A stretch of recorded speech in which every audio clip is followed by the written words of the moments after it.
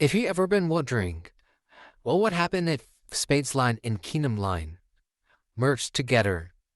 Well, here am I gonna tell you about it.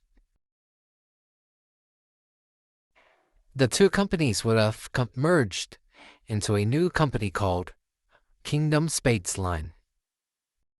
Some Kingdom Line ships would get delivery of Spades Line, like MV Sean,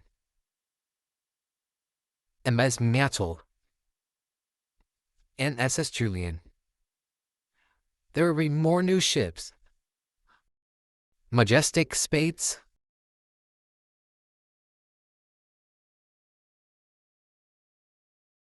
Titan Spades, Cargo Spades,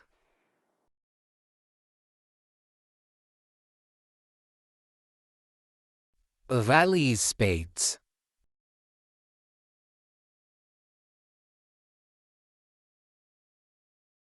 Luxury Spades or Luxurious Spades,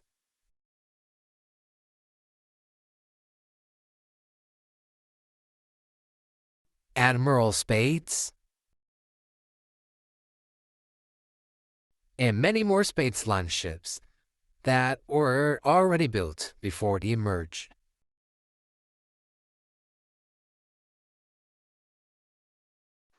Even Kingdom Line's new ship that was just bought, Mighty Kingdom Star, was bought by Kingdom Spades Line, so it would have barely been in service for it.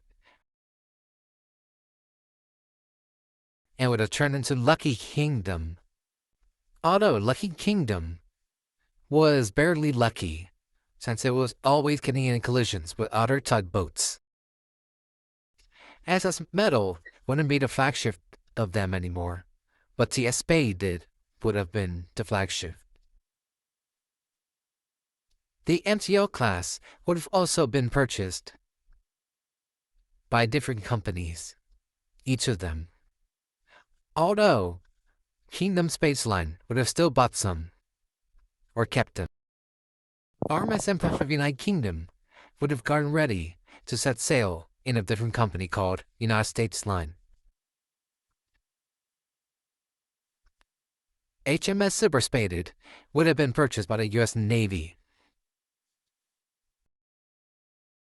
Although HMS Silver Spaded wouldn't last being served in the U.S. Navy for long, since it sank 2 days later. MS Iron Kingdom would have also been caught on fire while getting ready to get scrapped due to boiler failure.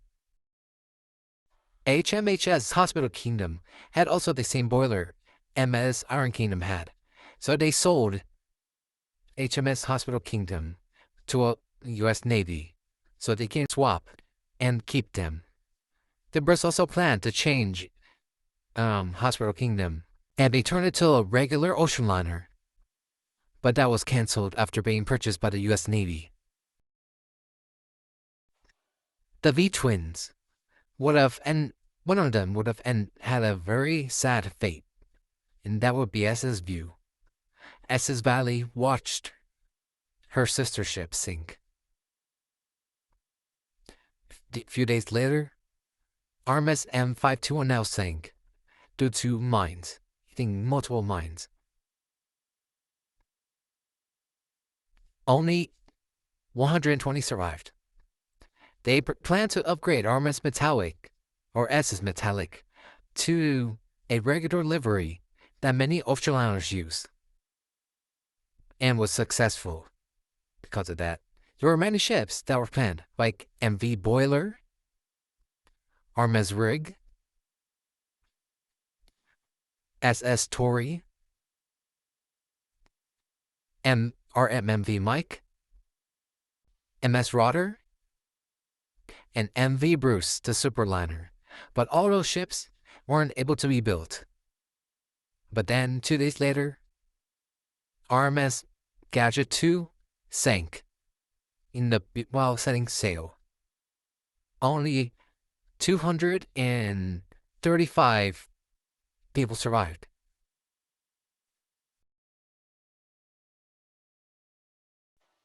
Five days later, They sold RMS Reliable Kingdom to Cunard. Then 10 days later, SS Improtect sank due to the blizzard that happened.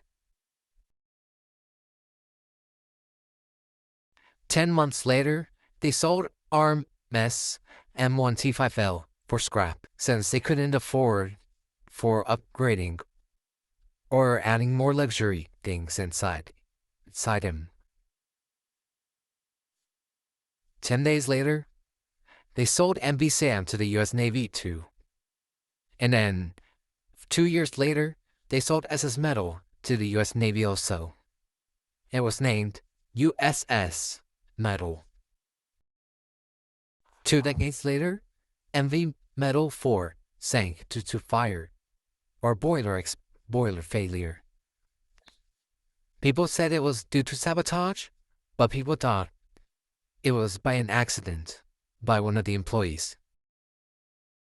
2 years later, RMS Mr. Loud ship was beached or trapped in the middle of the ocean, but was towed back to dock, but stayed there for a while. 2 days later, SS Kingdom Explorer sank in New York. The problem was unknown. Kingdom Spades Line had a plan to make a new ship called the Kingdom Spades Explorer, but failed to build it. They had financial problems, but they still kept and serviced the ships. 5 months later, their flagship TS Spades collided with SS Hadget and they both sank in Southampton.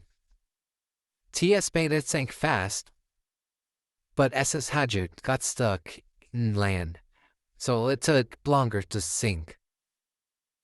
Many people survived since they reached the land of Southampton, but 129 people weren't able to be saved and died and drowned. Kingdom Spades Line shut down, but Spades Line was the only one that was lucky. Kingdom Line was shut down. Everything was going good after Spades Line returned, but then bankruptcy happened, and Spades Line became no more. So that is what would have happened if Spades Line and Kingdom Line merged into one.